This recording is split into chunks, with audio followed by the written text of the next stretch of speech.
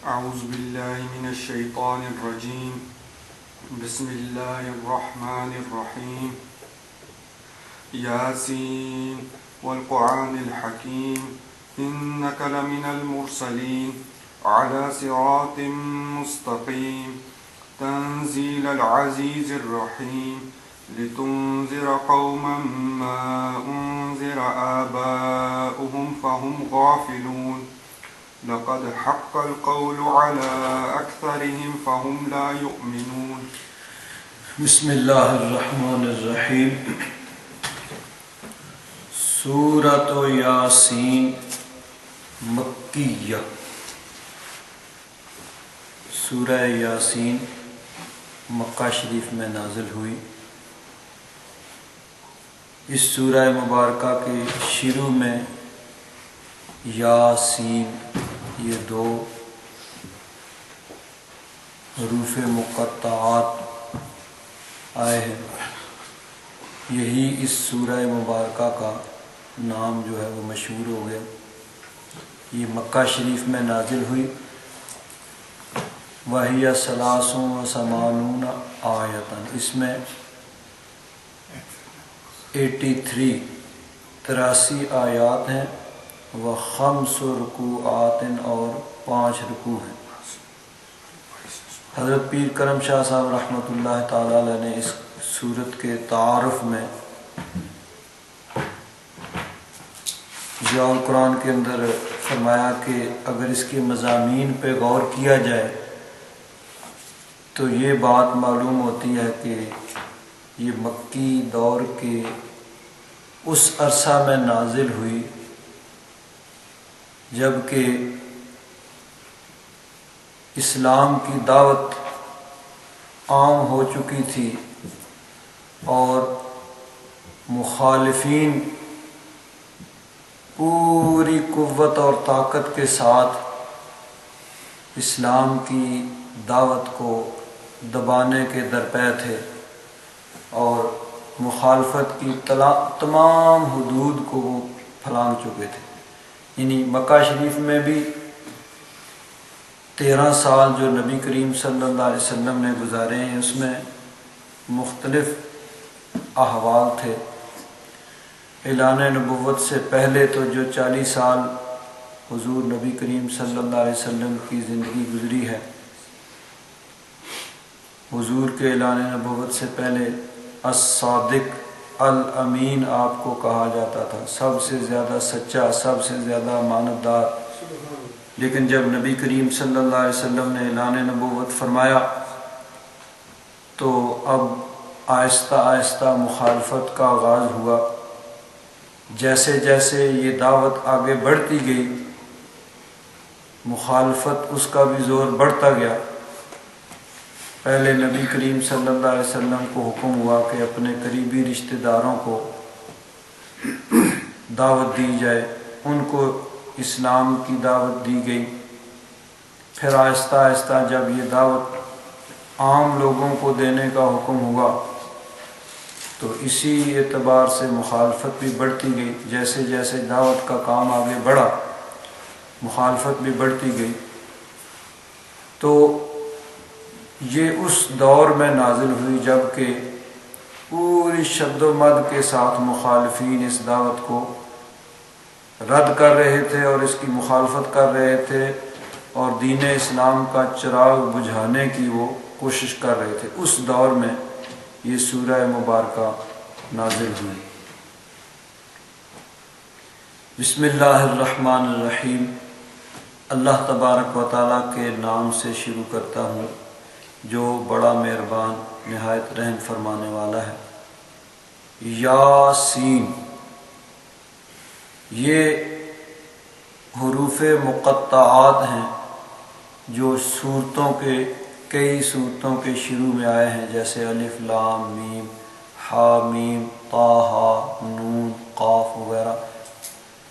تو ان کا حقیقی معنی اللہ تبارک و تعالیٰ جانتا ہے یا اللہ تبارک و تعالیٰ کا محبوب جانتا ہے. اللہ تبارک و تعالیٰ کی عطا سے اللہ تبارک و تعالیٰ نے اپنے محبوب کو اس کے معنی پر مطلع فرمایا تو ان کے معنوں کا علم عطا فرمایا، تو اللہ تبارک و تعالیٰ جانتا ہے اور اس کا محبوب جانتا ہے۔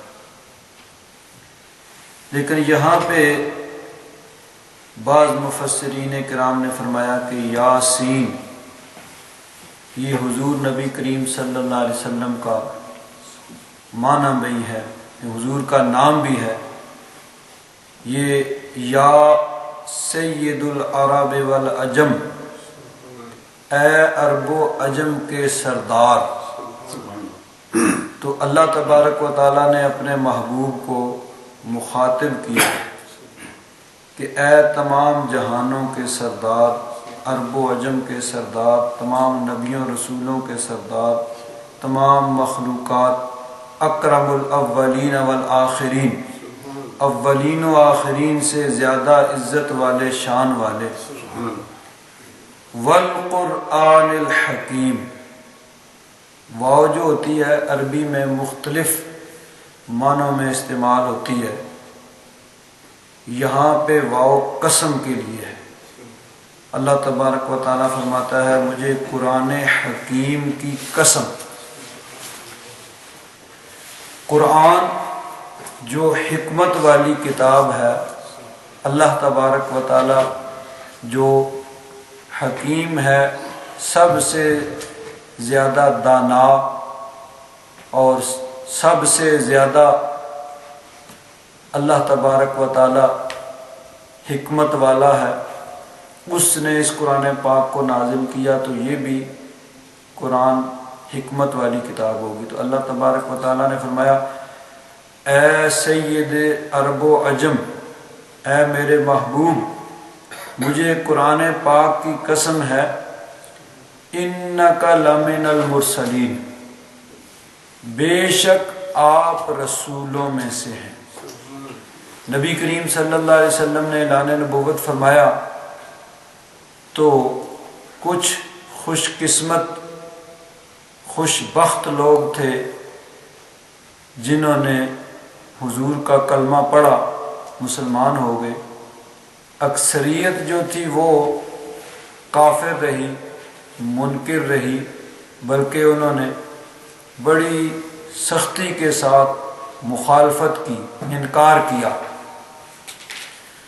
انہوں نے کہا کہ آپ رسول نہیں ہیں، اللہ تبارک و تعالیٰ نے آپ کو رسول نہیں بنایا ہے، یہ جو کلام آپ پیش کرتے ہیں یہ اللہ کا کلام نہیں ہے، اپنے پاس سے بنا لیتے ہیں، کبھی کہتے کسی سے سیکھ لیتے ہیں، کبھی کچھ کہتے، کبھی کہتے یہ شاعری ہے، شعر ہیں، کبھی کہتے یہ جادو ہے، کبھی کہتے یہ کہانت ہے، یعنی کاہن لوگ جو اس طرح اندازے لگاتے ہیں اور اس طرح کی باتیں کرتے ہیں، اس طرح کا کلام، یعنی مختلف جتنے منہ اتنی باتیں، اس طرح کا وہ یعنی آگے سے انہوں نے جواب دیا۔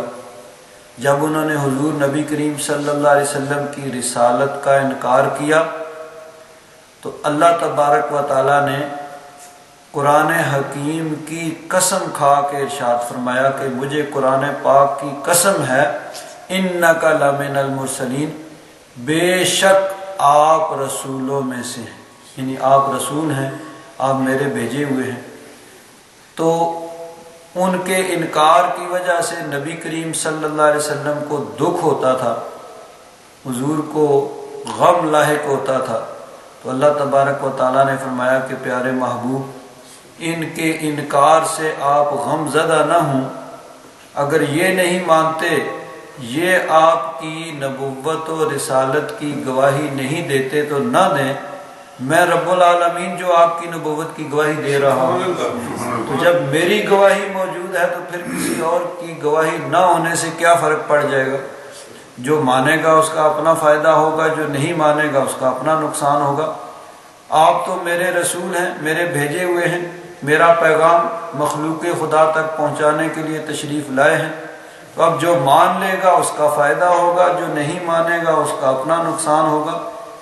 آپ ان کے انکار سے غم زدہ نہ ہوں، اگر یہ گواہی نہیں دیتے، یہ شہادت نہیں دیتے، تو میں خود رب العالمین آپ کی نبوت و رسالت کی گواہی اور شہادت دیتا ہوں اور گواہی بھی کس انداز میں؟ والقرآن الحکیم، قرآن حکیم کی قسم کھا کے اللہ تبارک و تعالیٰ فرماتا ہے انک لمن المرسلین۔ یہاں انا بھی عربی میں کسی چیز میں تحقیق اور زور پیدا کرنے کے لیے کہ بے شک، اور پھر لام جو ہے یہ بھی تاکید کے لیے ہوتا ہے، یقیناً بلا شک و شبہ آپ رسولوں میں سے ہیں، علی صراط مستقیم، صراط مستقیم پر، صراط ہوتا ہے رستہ، مستقیم سیدھا، آپ سیدھے رستے کے اوپر ہیں۔ اور یہ صراط مستقیم، اس کی ہم اللہ تبارک و تعالیٰ سے دعا مانگتے ہیں نماز کی ہر رکعت میں۔ جب ہم نماز پڑھتے ہیں تو نماز پڑھتے ہوئے نماز شروع کرتے ہیں تو پڑھتے ہیں الحمدللہ رب العالمین الرحمن الرحیم مالک یوم الدین ایاک نعبد و ایاک نستعین اہدنا الصراط المستقیم۔ اے مولا کریم ہمیں سیدھے رستے پہ چلا، اہدنا ہمیں تو چلا، اہدنا الصراط المستقیم سیدھے رستے پہ چلا۔ تو ہم ہر نماز کی ہر رکعت کے اندر اللہ تبارک و تعالیٰ سے سیدھے رستے کی ہدایت مانگتے ہیں، اور نبی کریم صلی اللہ علیہ وسلم کے لیے اللہ تبارک و تعالیٰ جس طرح حضور کی رسالت کی گواہی دے رہا ہے، اسی طرح یہ بھی فرما رہا ہے کہ آپ سیدھے رستے کے اوپر ہیں۔ تو ہم ہر نماز کی ہر رکعت میں صراط مستقیم کی التجا اور دعا اللہ تبارک و تعالیٰ کی بارگاہ میں پیش کرتے ہیں۔ اب صراط مستقیم سیدھا رستہ اگر صرف اتنا ہوتا ہے اہدنا الصراط المستقیم تو ہر کوئی یہ کہہ سکتا تھا کہ میرا رستہ ہی سیدھا رستہ ہے، میں جس رستے پہ چل رہا ہوں وہی سیدھا رستہ، وہی صراط مستقیم ہے۔ تو اللہ تبارک و تعالیٰ نے فرما دیا کہ کسی کے کہنے سے اس کا رستہ سیدھا رستہ نہیں ہو جائے گا، اس کا نظریہ درست نظریہ نہیں ہو جائے گا، بلکہ صراط الذین انعمت علیہم۔ اللہ تبارک و تعالیٰ نے ساتھ ہی فرما دیا کہ اس طرح دعا کرو ان لوگوں کا رستہ جن پر تیرا انعام ہوا۔ تو یعنی صراط مستقیم کسی کے کہنے سے صراط مستقیم نہیں بن جاتا، بلکہ صراط مستقیم وہ رستہ جو اللہ تبارک و تعالیٰ کی بارگاہ تک پہنچانے والا ہے، وہ ان لوگوں کا رستہ ہے جن پر اللہ تبارک و تعالیٰ کا انعام ہوا۔ انعام یافتہ لوگوں کا رستہ ہی سیدھا رستہ ہے جس کو ہم نماز میں مانگتے ہیں۔ اب بھی کوئی آدمی ڈنڈی مار سکتا تھا، کہہ سکتا تھا جی ہم ہی انعام یافتہ ہے اور ہمارا رستہ ہی سیدھا رستہ ہے۔ تو قرآن پاک میں ایک اور جگہ اللہ تبارک و تعالیٰ نے انعام یافتہ لوگوں کی بھی وضاحت فرما دی کہ انعام یافتہ لوگ کون ہیں؟ انعم اللہ علیہم من النبیین والصدیقین والشہداء والصالحین۔ نبی، صدیق، شہداء، صالحین، اللہ کے نیک بندے، ولی، کتب، غوث، یہ ہیں انعام یافتہ، اور ان لوگوں کا رستہ سیدھا رستہ ہے جس کی ہر نماز کی ہر رکعت کے اندر ہم اللہ تبارک و تعالیٰ سے دعا مانگتے ہیں۔ تو اب ہم نے دیکھنا ہے کہ آج کے دور میں سیدھے رستے پہ کون چل رہا ہے۔ آج کے دور میں جب کہ صراط مستقیم کے بارے میں بڑی غلط فہمیاں پیدا کی جا رہی ہیں اور ہر گروہ یہ دعویٰ کر رہا ہے کہ ہمارا رستہ ہی سیدھا رستہ ہے، قرآن پاک کی تصریحات کے مطابق سیدھا رستہ ان لوگوں کا رستہ ہے جو اولیاء کرام کے نقش قدم پہ چل رہے ہیں۔ جس جماعت کے اندر اللہ کے ولی، نیک، متقی، پرہیزگار لوگ ہیں، ان کا رستہ سیدھا رستہ ہے۔ گویا سیدھا رستہ حضرت داتا گنج بخش علی حجویری کا ہے، حضرت خواجہ اجمیری کا ہے، حضرت مجدد الافسانی کا ہے، حضرت غوث اعظم کا ہے، حضرت امام اعظم کا ہے۔ یہ لوگ ہیں جو اللہ کے ولی ہیں اور اللہ کے نیک بندے ہیں، ان کا رستہ سیدھا رستہ ہے، ان کا نظریہ درست نظریہ ہے، اور جو ان کے نقش قدم پہ چل رہا ہے وہی صراط مستقیم پہ ہے۔ تو آج کے دور میں ان اولیاء کرام کو ماننے والے، ان کے نقش قدم پہ چلنے والے، وہ اہل سنت و جماعت ہیں، ان کا رستہ ہی سیدھا رستہ ہے، اور اسی رستے کی ہم ہر نماز کے اندر اللہ تبارک و تعالیٰ سے التجا کرتے ہیں۔ اور اللہ تبارک و تعالیٰ نے اپنے محبوب کو فرمایا کہ محبوب آپ صراط مستقیم پر ہیں، سیدھے رستے پہ ہیں، اور صراط مستقیم پہ حضور چل بھی رہے ہیں اور چلا بھی رہے ہیں۔ دیکھیے قرآن پاک میں ایک اور جگہ اللہ تبارک و تعالیٰ نے ارشاد فرمایا، 25واں سپارہ ہے اور سورۃ الشورى، اس کی آخری 2 آیات ہیں۔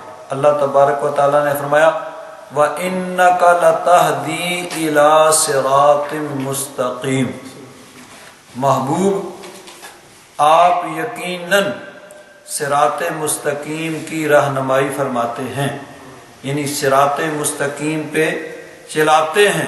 صراط اللہ الذی لہ ما فی السماوات و ما فی الارض، اللہ کا راستہ، اللہ تبارک و تعالیٰ جس کے لیے ہے سب کچھ، جو کچھ آسمانوں اور زمینوں میں ہے۔ الا الی اللہ تسیر الامور، سن لو کہ اللہ تبارک و تعالیٰ کی طرف ہی تمام کاموں کو لوٹنا ہے۔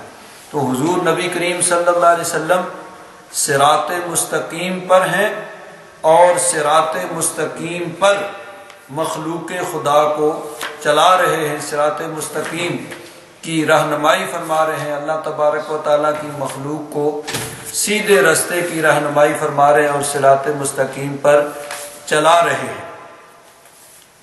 اب یہاں ایک بات اور قابل غور ہے کہ نبی کریم صلی اللہ علیہ وسلم صراط مستقیم پر ہیں، سیدھے رستے پہ ہیں، اور مخلوق خدا کو سیدھے رستے پہ چلا رہے ہیں۔ اسی صراط مستقیم، اسی سیدھے رستے پہ شیطان بھی ہے، شیطان بھی اسی سیدھے رستے کے اوپر ہے، لیکن شیطان اس سیدھے رستے پہ چلا نہیں رہا، چل نہیں رہا، بلکہ جو صراط مستقیم پر چلتے ہیں ان کو صراط مستقیم سے بہکانے کے لیے، بھٹکانے کے لیے وہ بیٹھا ہوا ہے۔ دیکھیے قرآن پاک میں اللہ تبارک و تعالیٰ نے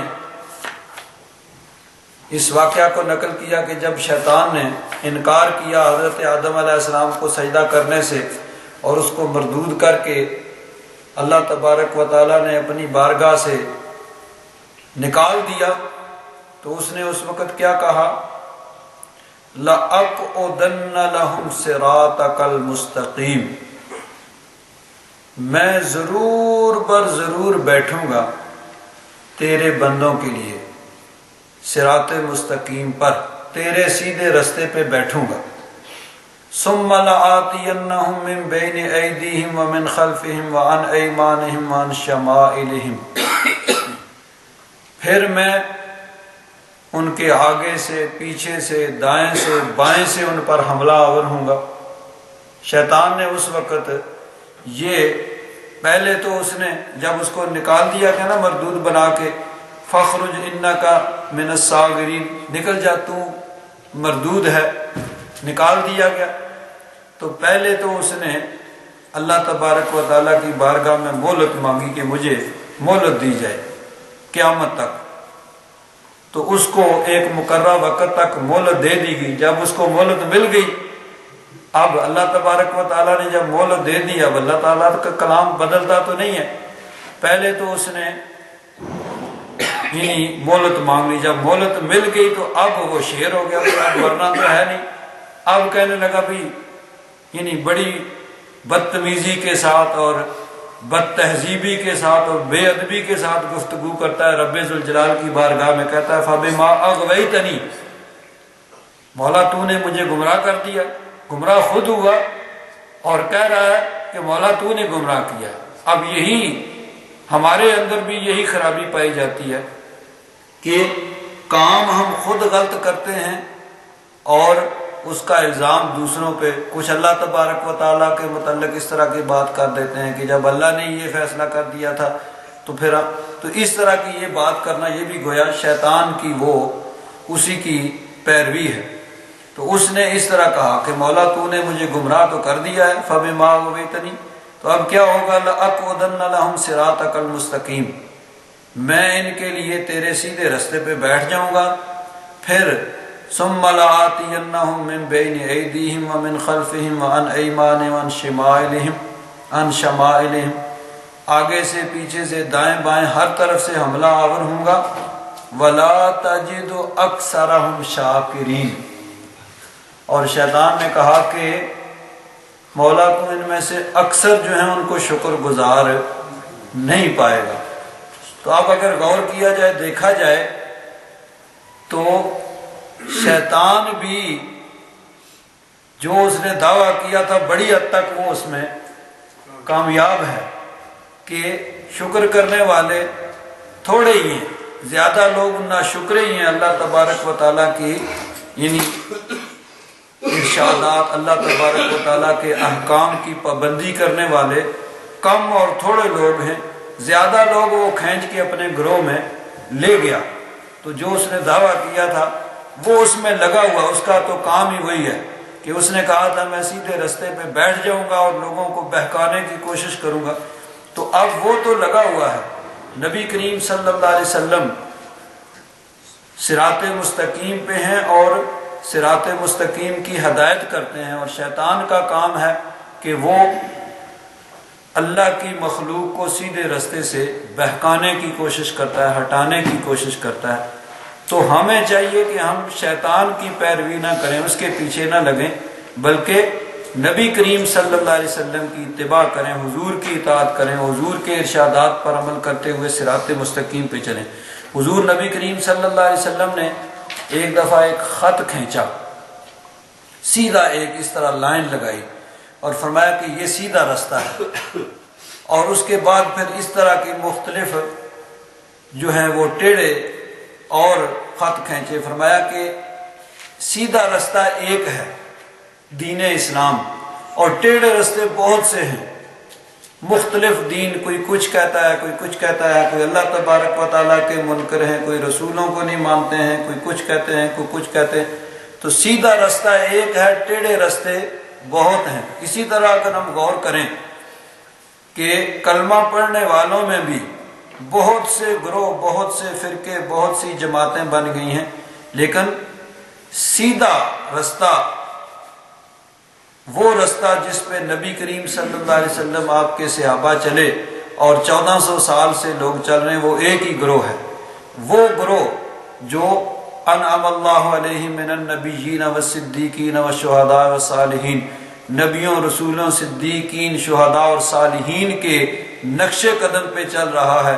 ان کا وہی نظریہ ہے جو صحابہ اکرام اور 1400 سال سے سارے یعنی اہل حق کا جو نظریہ رہا ہے، وہ اہل سنت و جماعت ہیں، کہ ان کا وہی نظریہ، وہی عقیدہ ہے جو یعنی نبی کریم صلی اللہ علیہ وسلم نے جس کی تلقین کی، صحابہ اکرام نے جس کو اپنایا، جس کے مطابق صحابہ اکرام نے اپنی زندگیاں گزاری، اور صحابہ اکرام سے آگے پھر تابعین، تبع تابعین، ائمہ مجتہدین اور اولیاء کرام جس نظریے پہ قائم رہے، وہی نظریہ ہے اور یہی صراط مستقیم ہے۔ تو اللہ تبارک و تعالیٰ نے قسم کھا کے ارشاد فرمایا کہ محبوب آپ یقیناً رسولوں میں سے ہیں اور صراط مستقیم پہ ہیں۔ تنزیل العزیز الرحیم، یہ قرآن پاک غالب، عزیز اور رحیم رب ذوالجلال کی طرف سے اتارا گیا ہے، جو غالب بھی ہے اور رحم فرمانے والا ہے، اس کی طرف سے یہ نازل کردہ ہے۔ لِتُنذِرَ قَوْمًا، تاکہ اے محبوب آپ ڈرائیں ایسی قوم کو مَا أُنذِرَ آباؤُہم، نہیں ڈرایا گیا ان کے آباء و اجداد کو، فہم غافلون، پس وہ غافل ہو چکے ہیں، غفلت میں پڑے ہوئے ہیں۔ یعنی مکہ شریف میں حضور نبی کریم صلی اللہ علیہ وسلم سے پہلے لمبا عرصہ کوئی نبی اور رسول تبلیغ کے لیے نہیں تشریف لائے۔ حضرت اسماعیل علیہ السلام مکہ شریف میں آپ نے تبلیغ فرمائی۔ حضرت اسماعیل علیہ السلام کے بعد کسی معتبر روایت میں نہیں آتا کہ مکہ شریف کے اندر کوئی نبی اور رسول آیا ہوا، اور یہ تقریباً 2500 سال، 2500 سال جو ہیں تقریباً یہ عرصہ بنتا ہے درمیان میں، تو اس میں کوئی نبی اور رسول کسی معتبر روایت کے مطابق مکہ میں نہیں آیا۔ تو پہلے تو حضرت اسماعیل علیہ السلام، حضرت ابراہیم علیہ السلام کے بیٹے حضرت اسماعیل علیہ السلام، حضرت ابراہیم علیہ السلام اور حضرت اسماعیل علیہ السلام نے مل کر مکہ شریف میں خانہ کعبہ کو تعمیر کیا۔ حضرت اسماعیل علیہ السلام وہیں پہ تشریف فرما رہے، وہیں پہ آپ کی قبر مبارک بنی۔ تو پہلے تو لوگ آپ کی تعلیمات پر عمل کرتے رہے، اور وہی حضرت ابراہیم علیہ السلام کا جو دین حنیف، اسی کے مطابق لوگ عمل کرتے، لیکن آہستہ آہستہ پھر ان کے اندر گمراہی پیدا ہونا شروع ہوئی۔ ایک شخص نے بتوں کی پوجا شروع کی، لوگوں کو اس طرف لگایا، آہستہ آہستہ لوگ اس پہ لگ گئے۔ پھر وہ وقت آ گیا کہ اکثریت ان میں سوائے کوئی چند ایک افراد کے سب لوگ وہ بتوں کی پوجا کرنے لگے اور بت پرست ہو گئے، حتیٰ کہ خانہ کعبہ کے اندر جو توحید کا مرکز ہے، جہاں سے اللہ تبارک و تعالیٰ کی توحید کا اعلان ہونا چاہیے تھا، اس خانہ کعبہ کے اندر انہوں نے 360 بت سجا کے رکھے ہوئے تھے، اور بڑے دھڑلے کے ساتھ ان بتوں کی اس خانہ کعبہ میں بیت اللہ شریف میں پوجا کی جاتی تھی۔ تو اللہ تبارک و تعالیٰ نے فرمایا کہ محبوب آپ کو اس قوم کے ڈرانے کے لیے بھیجا گیا ہے کہ جن کے آباء و اجداد کو بھی کسی نے نہیں تبلیغ کی تھی اور وہ غفلت میں پڑے ہوئے ہیں۔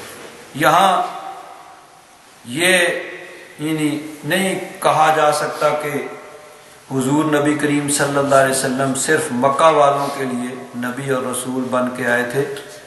یہ یہاں مراد یہ ہے کہ سب سے پہلے مخاطب جو تھے وہ مکہ والے تھے، عرب والے تھے، ورنہ نبی کریم صلی اللہ علیہ وسلم کی رسالت اور نبوت وہ صرف مکہ والوں کے لیے نہیں، صرف عرب والوں کے لیے نہیں، صرف مکہ اور عرب کے ارد گرد نہیں، بلکہ اللہ تبارک و تعالیٰ نے فرمایا، یہ اس سے پہلے سورہ فاطر سے پہلے سورہ سبا کے اندر ہم نے پڑھا کہ اللہ تعالیٰ نے فرمایا کہ وَمَا أَرْسَلْنَاكَ إِلَّا كَافَّةً لِلنَّاسِ، محبوب ہم نے آپ کو سب لوگوں کے لیے بھیجا، تمام لوگ، اولین و آخرین، پہلے گزر چکے، بعد میں آنے والے، مشرق میں، مغرب میں رہنے والے، شمال میں، جنوب میں رہنے والے، سب لوگوں کے لیے نبی اور رسول بنا کر نبی کریم صلی اللہ علیہ وسلم کو مبعوث کیا گیا۔ تو حضور نبی کریم صلی اللہ علیہ وسلم تمام مخلوقات کے لیے نبی اور رسول بن کر تشریف لائے۔ اسی طرح قرآن پاک میں ایک جگہ ارشاد فرمایا، سورہ اعراف کی آیت نمبر 158 ہے، قل یا ایھا الناس انی رسول اللہ الیکم جمیعا، محبوب کہہ دو اے لوگو، یہاں مکہ والوں کو مخاطب نہیں کیا جا رہا، عرب والوں کو مخاطب نہیں کیا جا رہا، ایھا الناس، اے لوگو، اس میں سب آگے، کوئی مشرق میں، مغرب میں، شمال میں، جنوب میں لینے والا ہو، سب آگے۔ تو فرمایا انی رسول اللہ علیکم جمیعا، میں تم سب کے طرف اللہ کا رسول بن کے آیا۔ حضور نبی کریم صلی اللہ علیہ وسلم تمام مخلوقات کی طرف نبی اور رسول بن کے آئے، بلکہ حضور نبی کریم صلی اللہ علیہ وسلم تمام مخلوقات کی طرف نبی اور رسول ہی بن کر نہیں آئے، بلکہ تمام جہانوں کے لیے رحمت بھی بن کر تشریف لائے. وما ارسلناک الا رحمۃ للعالمین. جس طرح اللہ تبارک و تعالی رب العالمین ہے، الحمدللہ رب العالمین، تو اللہ تبارک و تعالی رب العالمین ہے اور حضور رحمت للعالمین ہے.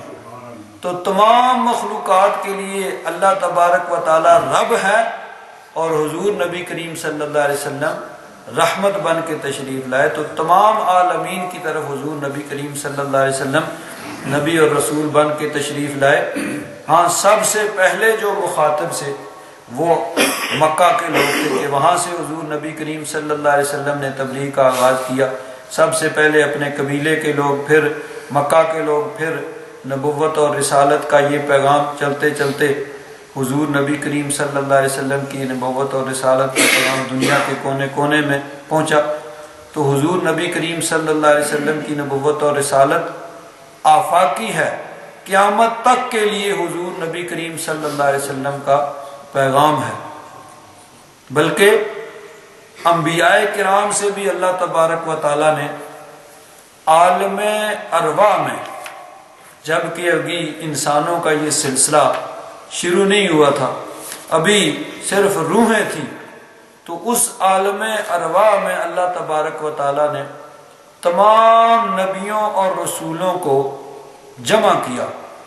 تمام نبیوں اور رسولوں کو 1,24,000 یا کم و بیش جتنے بھی نبی اور رسول اس دنیا میں تشریف لانے تھے، سب کی روحوں کو جمع کیا اور ان کو مخاطب کیا. وَإِذْ أَخَذَ اللَّهُ مِيثَاقَ النَّبِيِّينَ. تمام نبیوں کو جمع کیا اور ان سے میثاق پختہ وعدہ ہوتا ہے کہ جس کے ساتھ قسم کھائی جائے، قسم کے ساتھ جس کی تاکید کی جائے. تو پختہ وعدہ لیا نبیوں سے، کیا؟ لَمَا آتَيْتُكُم مِّن كِتَابٍ وَحِكْمَةٍ، کہ جب میں تمہیں کتاب اور حکمت عطا فرماؤں. ثُمَّ جَاءَكُمْ رَسُولٌ، پھر ایک بڑی شان والا رسول تمہارے پاس تشریف لائے. مُصَدِّقٌ لِّمَا مَعَكُمْ، جو تمہاری نبوت، رسالت، تمہاری شریعت، تمہاری کتابوں کی تصدیق کرنے والا ہے. لَتُؤْمِنُنَّ بِهِ وَلَتَنْصُرُنَّ، تو تم سب نے ضرور بے ضرور اس پہ ایمان لانا ہے اور ضرور بے ضرور اس کی تصدیق کرنی ہے. تو گویا نبی کریم صلی اللہ علیہ وسلم تمام نبیوں اور رسولوں کے بھی نبی اور رسول ہیں. ان پہ بھی لازم ہے کہ وہ حضور نبی کریم صلی اللہ علیہ وسلم کی نبوت اور رسالت کی تصدیق کریں. اور یہ اتنا ہی نہیں ارشاد فرمایا بلکہ قال اقررتم واخذتم على ذلكم اسری، فرمایا کہ کیا تم نے اقرار کر لیا اور اس پہ میرا بھاری ذمہ لے لیا؟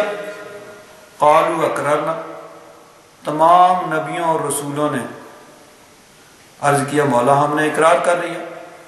اللہ تعالیٰ نے فرمایا فَاشْهَدُوا وَأَنَا مَعَكُمْ مِنَ الشَّاهِدِينَ، پس تم گواہ ہو جاؤ اور میں بھی تمہارے ساتھ گواہوں میں شامل ہوں. نبیوں اور رسولوں سے اتنا پختہ عہد لیا. یہاں ایک بڑی دلچسپ بات ہے کہ اللہ تبارک و تعالیٰ نے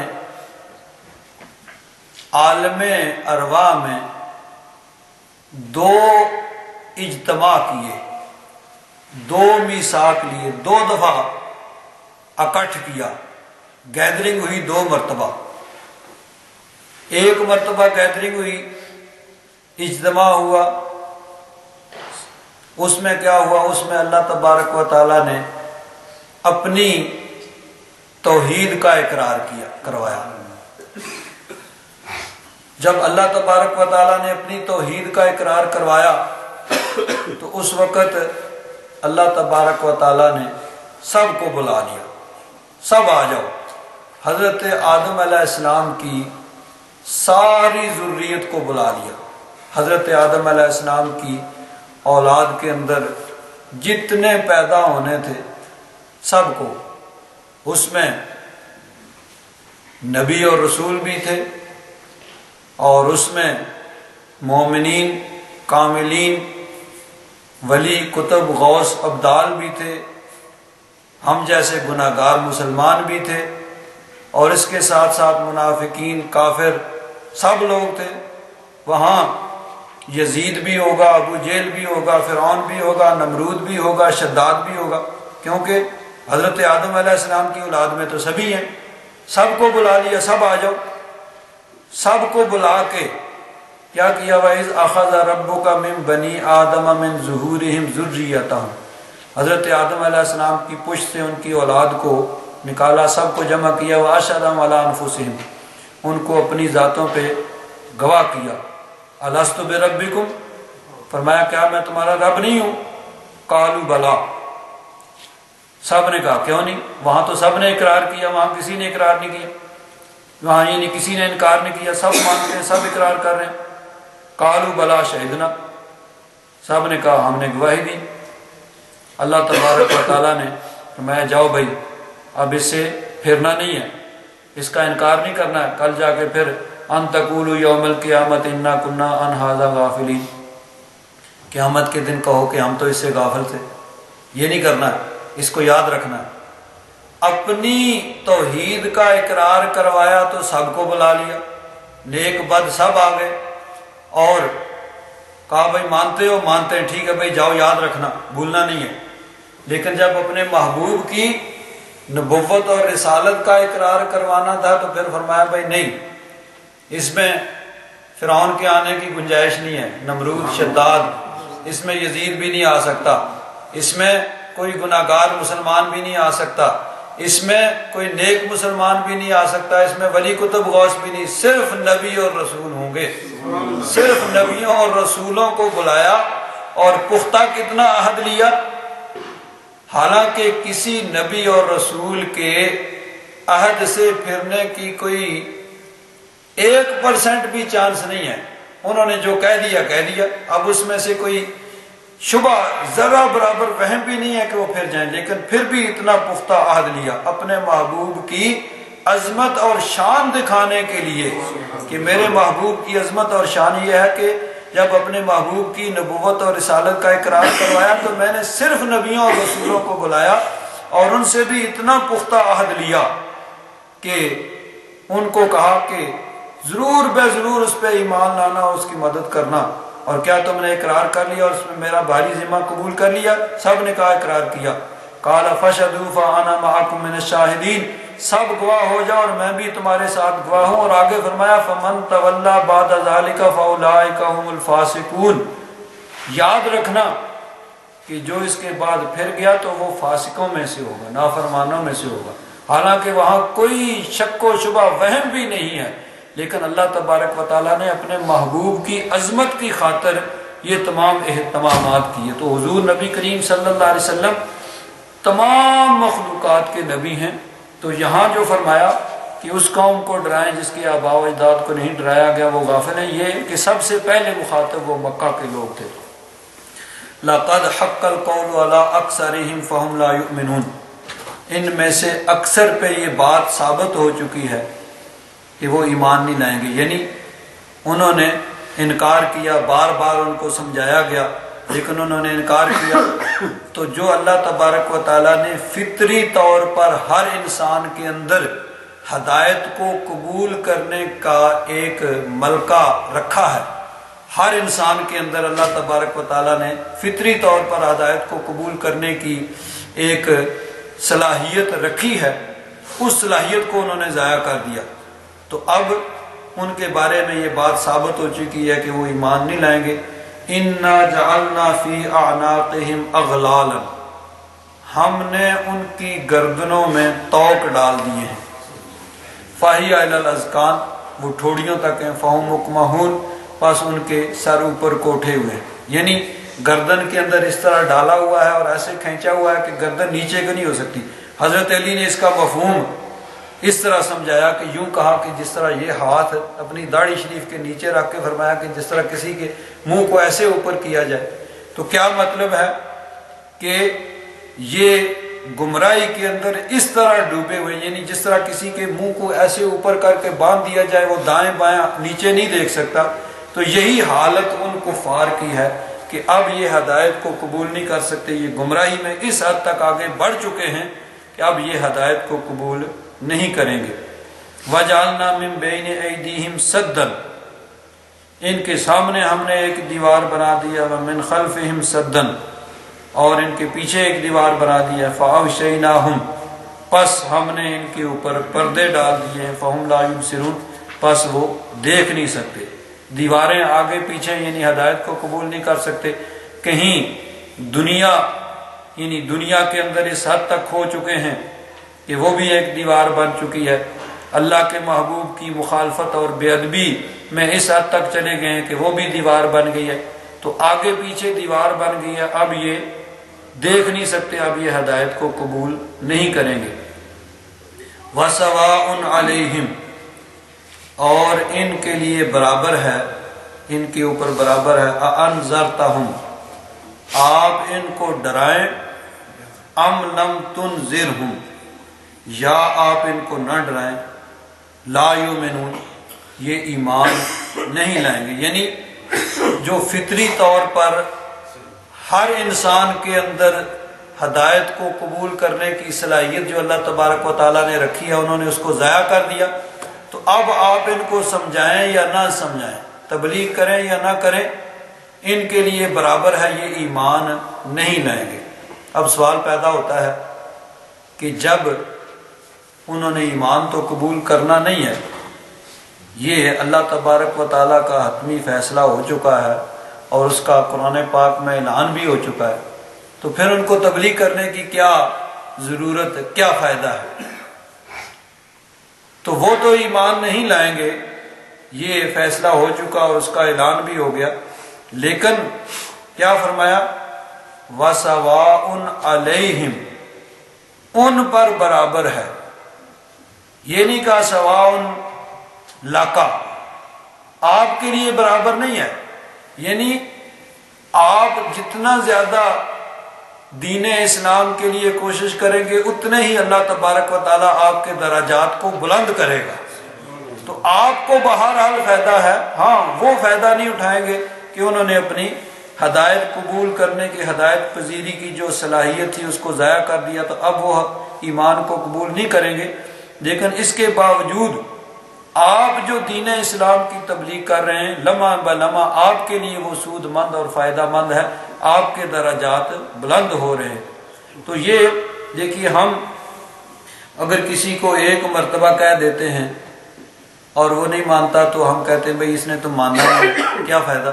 فائدہ ہے، دوسرا فائدہ اٹھائے نہ اٹھائے، کہنے والا جو ہے اس کے لیے بہرحال وہ چیز فائدے مند ہے، جتنی مرتبہ کہے گا، جتنی مرتبہ تبلیغ کرے گا، اتنی ہی مرتبہ اس کو فائدہ اور ثواب ملے گا۔ ہاں، کہنے کا طریقہ جو ہے وہ یعنی بڑا مہذب اور نرم لہجے میں ایسا ہونا چاہیے جس طرح اللہ تبارک و تعالیٰ نے فرمایا ادعو الی سبیل ربک بالحکمت والموعظۃ الحسنہ، حکمت، دانائی اور اچھی نصیحت کے ساتھ کسی کو کہنا چاہیے، ڈانگ مار کے اس طرح تبلیغ نہیں کی جاتی کہ اس سے بجائے فائدے کے نقصان ہوتا ہے۔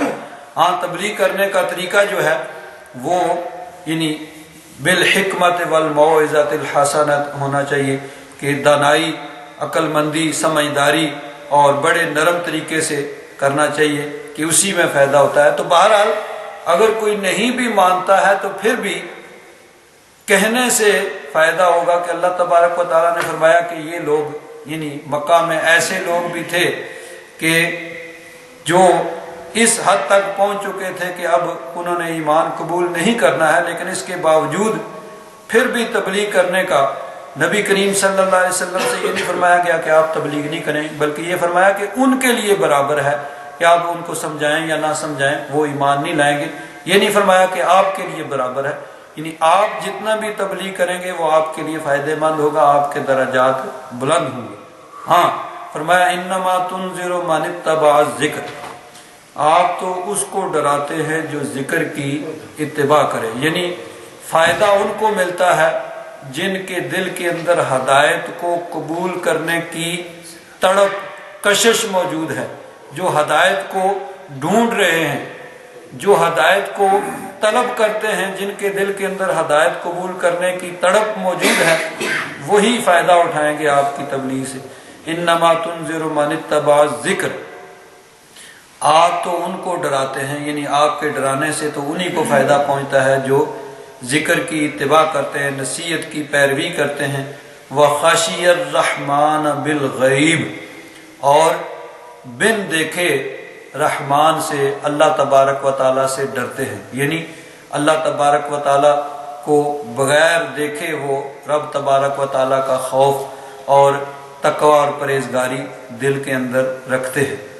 فَبَشِّرْهُ بِمَغْفِرَةٍ وَأَجْرٍ كَرِيمٍ، پس آپ ان کو مغفرت اور بڑے کریم اجر، یعنی بڑے معزز اجر کی آپ ان کو خوشخبری سنا دیں۔ ان کے لیے اللہ تبارک و تعالیٰ نے مغفرت اور بڑا پیارا اجر اور ثواب اللہ تبارک و تعالیٰ نے ان کے لیے تیار کیا ہے۔ اِنَّا نَحْنُ نُحْيِي الْمَوْتَى، بے شک ہم مردوں کو زندہ کریں گے، یعنی کفار جس طرح توحید خداوندی کے منکر تھے، نبی کریم صلی اللہ علیہ وسلم کی نبوت اور رسالت کے منکر تھے، انکار کرتے تھے، نہیں مانتے تھے، اسی طرح وہ قیامت کے بھی منکر تھے کہ قیامت آئے گی، دوبارہ زندہ ہوں گے، حساب کتاب ہوگا اور اعمال کی جانچ پڑتال ہوگی، اور پھر اس کے بعد جنت و دوزخ کا فیصلہ ہوگا۔ وہ کہتے بس دنیا ہی دنیا ہے، مر گئے اور ختم ہو گئے، معاملہ ختم۔ تو اللہ تبارک و تعالیٰ نے فرمایا کہ ہم مردوں کو زندہ کریں گے، لیکن کس طرح؟ تاکید کے ساتھ، انا، بے شک ہم، نحن، یہ سب تاکید کے لیے ہے۔ ویسے نحیی الموتى اتنا بھی کافی تھا، ہم مردوں کو زندہ کریں گے، لیکن پہلے کے الفاظ تاکید کے لیے، کلام میں زور پیدا کرنے کے لیے کہ بے شک یقیناً ہم مردوں کو زندہ کریں گے۔ وَنَكْتُبُ مَا قَدَّمُوا وَآثَارَهُمْ، اور جو کچھ انہوں نے آگے بھیجا اور جو پیچھے چھوڑ کے گئے، سب کا سب ہم لکھ رہے ہیں۔ یعنی دنیا میں جو کام بھی انسان کرتا ہے، یہ نہیں کیا بھائی ہوا ہو گیا اور ختم ہو گیا، نہیں، جو کچھ کر رہا ہے، جو کچھ کہہ رہا ہے، سب کچھ وہ لکھا جا رہا ہے، سب کچھ محفوظ ہو رہا ہے۔ وَكُلَّ شَيْءٍ أَحْصَيْنَاهُ فِي إِمَامٍ مُبِينٍ، اور ہر چیز کو ہم نے امام مبین، لوح محفوظ اس سے مراد ہے، لوح محفوظ میں ہم نے پہلے ہی لکھ دیا ہے۔ یعنی اللہ تبارک و تعالیٰ نے اپنے علم ازلی کے مطابق پہلے ہی لکھ دیا تھا کہ ہر انسان کو جب اختیار دیا جائے گا تو اپنی مرضی، اپنے اختیار سے اس نے کیا کچھ کرنا ہے، وہ سب کچھ پہلے لوح محفوظ میں لکھا ہوا ہے۔ اب جب دنیا میں انسان آتا ہے تو جیسے جیسے وہ کرتا جاتا ہے ویسے ویسے ساتھ پھر لکھا جاتا ہے۔ تو ایک پہلے لکھا ہوا ہے لوح محفوظ میں، وہ اللہ تبارک و تعالیٰ کا علم ازلی ہے کہ اللہ تبارک و تعالیٰ نے اپنے علم کے مطابق لکھ دیا کہ میں جب انسان کو اختیار دوں گا تو اس نے کیا کچھ کرنا ہے۔ تو اب جب وہ کر رہا ہے تو اس کرنے کے مطابق پھر وہ لکھا جا رہا ہے۔ تو قیامت کے دن وہ لوح محفوظ کا پیش نہیں کیا جائے گا، بلکہ وہ فرشتوں کے نوشتے، فرشتوں کے وہ رجسٹر پیش کیے جائیں گے، جو فرشتے ساتھ ساتھ لکھ رہے ہیں، جو کچھ انسان کرتا ہے اور جو کچھ وہ بولتا ہے، سب چیزیں وہ فرشتے محفوظ کر رہے ہیں۔ نَكْتُبُ مَا قَدَّمُوا وَآثَارَهُمْ، جو کچھ انہوں نے آگے بھیجا ہے، جو پیچھے چھوڑ کے گئے ہیں، سب کچھ وہ لکھا جا رہا ہے، اور ہر چیز پہلے لوح محفوظ میں لکھی ہوئی۔ یہاں ایک چیز جو ہے وہ بڑی قابل غور ہے کہ یہ قرآن پاک کا ترجمہ ہے جو سعودی عرب سے چھپا گیا ہے۔ ظاہر بات ہے کہ یہ ان کے جو نظریات کے مطابق جو تھا وہی انہوں نے چھاپا ہے، جو ان کے نظریات کے خلاف ہے وہ اس کو تو نہیں چھاپ سکتے۔ اور پہلے انہوں نے ایک قرآن پاک کا ترجمہ اور تفسیر چھاپا تھا، بعد میں ان کو محسوس ہوا کہ نہیں وہ ان کے نظریات سے پوری طرح ہم آہنگ نہیں ہے، تو پھر اس کو انہوں نے جمع کر لیا۔ وہ شبیر احمد عثمانی صاحب کی تفسیر اور محمود الحسن صاحب کا ترجمہ تھا۔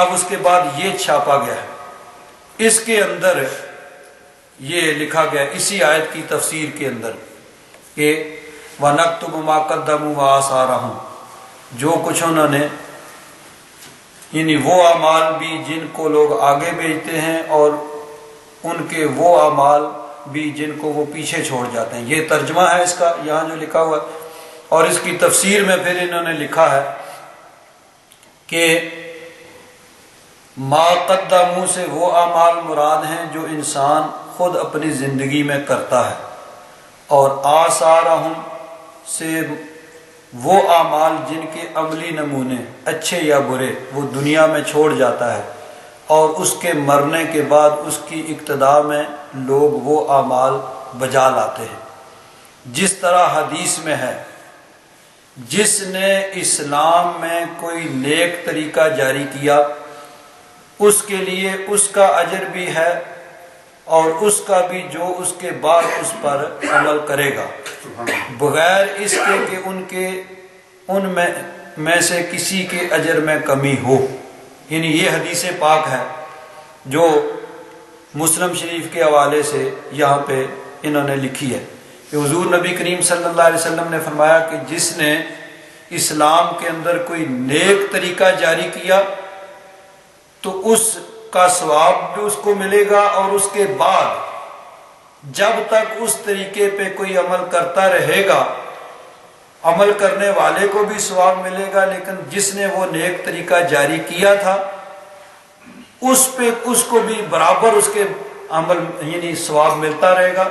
عمل کرنے والوں کے ثواب میں سے کوئی کمی نہیں ہوگی، لیکن اللہ تبارک و تعالی اپنی جناب سے اس سب سے پہلے جس نے وہ اچھا کام کیا تھا اس کو اس کا ثواب عطا فرماتا رہے گا، اور جس نے کوئی برا طریقہ جاری کیا اس پر اس کے اپنے گناہ کا بھی بوجھ ہوگا، اور اس کا بھی جو اس کے بعد اس پر عمل کرے گا، بغیر اس کے کہ ان میں سے کسی کے بوجھ میں کمی ہو۔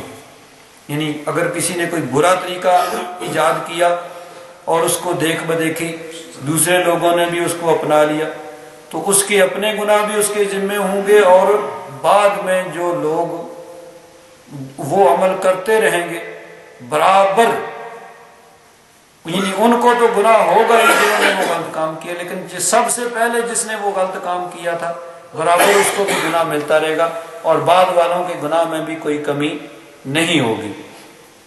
اب یہاں ذرا غور کیجیے کہ یہ کہا کہ اسلام میں کوئی نیک طریقہ جاری کیا جس نے بھی، اور اس کے بعد لوگوں نے اس پہ عمل کیا تو برابر پہلے کو ثواب ملتا رہے گا۔ یہ حدیث پاک ہے جو یہاں بغیر کسی تبصرے کے نقل کی گئی ہے۔ یہ تو ہے جو صحیح نظریہ ہے، لیکن جب کبھی تعصب کا دورہ پڑتا ہے نا، انسان کو دورے پڑتے ہیں، تو جب کبھی تعصب کا دورہ پڑتا ہے تو پھر کیا کہا جاتا ہے؟ کل بدعت ضلالۃ وکل ضلالۃ فی النار، کہ ہر نیا کام وہ گمراہی ہے اور ہر گمراہی جہنم ہے۔ یعنی جو بھی نیا کام بعد میں اصل مقصد یہ ہوتا ہے کہ جتنے بھی یعنی اچھے اعمال وہ جن کی اصل قرآن و حدیث کے اندر موجود ہے لیکن اس صورت میں وہ اعمال قرون اولیٰ میں نہیں تھے، بعد میں وہ جاری کیے گئے، ان سب کو ایک ہی جملے کے ساتھ رد کر دیا جاتا ہے، کل بدعۃ ضلالۃ وکل ضلالۃ فی النار، سب کو سب گمراہی اور جہنم کا ذریعہ بتا دیا جاتا ہے۔ لیکن یہاں خود لکھ رہے ہیں اور حدیث پاک نقل کیا کہ جس نے اسلام میں کوئی نیا طریقہ جاری کی، نیک طریقہ جاری کیا، اس کے لیے اس کا اجر بھی ہوگا، اور اس کا بعد میں جو عمل کریں گے ان کا بھی ثواب ملے گا۔ اب یہاں وہ چیز یاد نہیں رہی، کل بدعۃ ضلالۃ وکل ضلالۃ فی النار، تو کیا ہے اس کا اصل مفہوم جو ہے وہ سمجھنے میں غلطی لگی ہے۔ کل بدعۃ ضلالۃ وکل ضلالۃ فی النار وہ صحیح ہے، لیکن مطلب کیا ہے کہ ہر ایسا کام جو سنت، شریعت، قرآن و حدیث کے خلاف ہے، ایسا کام جس سے سنت اٹھ جائے، جس کی وجہ سے سنت مٹ جائے، وہ کام گمراہی ہے اور وہ جہنم میں جانے کا سبب ہے۔ ورنہ دیکھیے کتنے ہی ایسے کام ہیں جو نبی کریم صلی اللہ علیہ وسلم کے زمانے میں نہیں تھے لیکن بعد میں ہوئے۔ نماز تراویح کو دیکھ لیجیے، آج ہم پورا مہینہ باجماعت نماز تراویح ادا کرتے ہیں۔ نبی کریم صلی اللہ علیہ وسلم کے زمانے میں نماز تراویح جو ہے وہ اکیلے پڑھی جاتی تھی۔ حضور نبی کریم صلی اللہ علیہ وسلم نے صرف 3 دن تک جو احادیث مبارکہ میں ذکر ہے نماز تراویح پڑھائی، باقی نہیں۔ پوری یعنی 10 سالہ جو مدینہ منورہ کا دور ہے، یہ حدیث پاک میں آتا ہے کہ 3 دن صرف پڑھائی، باقی لوگ اکیلے پڑھتے تھے۔ حضرت ابو بکر صدیق کے زمانے میں بھی اکیلے پڑھتے تھے، حضرت عمر فاروق کے زمانے میں بھی اکیلے یا چند مل کے پڑھتے تھے۔ پھر حضرت عمر فاروق نے مشورہ کیا صحابہ کرام سے اور لوگوں کو جمع کر دیا، تو پھر تمام لوگ اس وقت سے لے کر آج تک وہ باجماعت نماز تراویح پڑھتے ہیں۔ حضرت عمر فاروق ایک دفعہ آئے، باجماعت نماز تراویح پڑھی جا رہی ہے، تو آپ نے فرمایا نعمت البدعۃ ھذہ، یہ کتنی اچھی بدعت ہے۔ یعنی یہ ایسا کام ہے باجماعت نماز تراویح پورا مہینہ ادا کرنا، حضور نبی کریم صلی اللہ علیہ وسلم کے زمانے میں نہیں تھا، حضرت ابو بکر صدیق کے زمانے میں نہیں تھا، میں نے اس کو شروع کیا ہے لیکن یہ ہے اچھا کام۔ تو کیا ہوا؟ نعمت البدعۃ ھذہ، ہے نیا کام لیکن بہت اچھا ہے۔ تو معلوم ہوا کہ بدعت اچھی بھی ہوتی ہے۔ تو بدعت اس کی 5 قسمیں ہیں۔ بدعت حسنہ، وہ نیک کام کہ جس کی شریعت کے اندر اصل موجود ہو اور ثواب کا کام، اس کو بدعت حسنہ کہا جاتا ہے۔ بدعت سیئہ یعنی برا وہ کام ہے جو شریعت کے خلاف ہو اور جس کی وجہ سے سنت مٹ جائے، وہ گمراہی ہے اور وہ جہنم میں جانے کا سبب ہے۔ اور اسی طرح دیکھیے اب نبی کریم صلی اللہ علیہ وسلم کے زمانے میں احادیث مبارکہ جو ہیں وہ بہت کم لکھی جاتی تھی۔ اس وقت زبانی یاد کرنے پہ اعتماد کیا جاتا تھا۔ صحابہ کرام کے زمانے میں بھی اکثر و بیشتر احادیث مبارکہ زبانی یاد کی گئی۔ آگے جنہوں نے صحابہ کرام سے سیکھی، زیادہ تر انہوں نے بھی زبانی سیکھی۔ اب ہمارے پاس جو کتابیں موجود ہیں آج، حضرت امام اعظم ابو حنیفہ رحمۃ اللہ تعالی علیہ کی مسند موجود ہے، مسند امام اعظم۔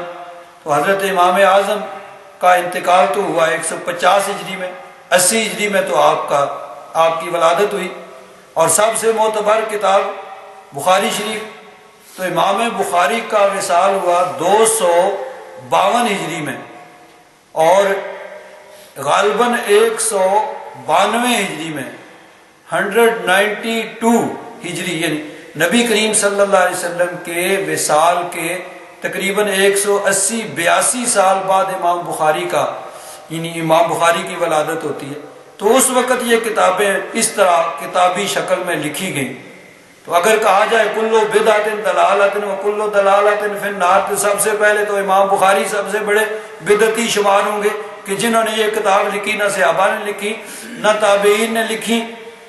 تو کہا جائے گا کہ سب سے بڑے بدعتی تو وہ ہیں جنہوں نے اس طرح حدیثوں کو جمع کر کے، تو یہ نہیں ہے۔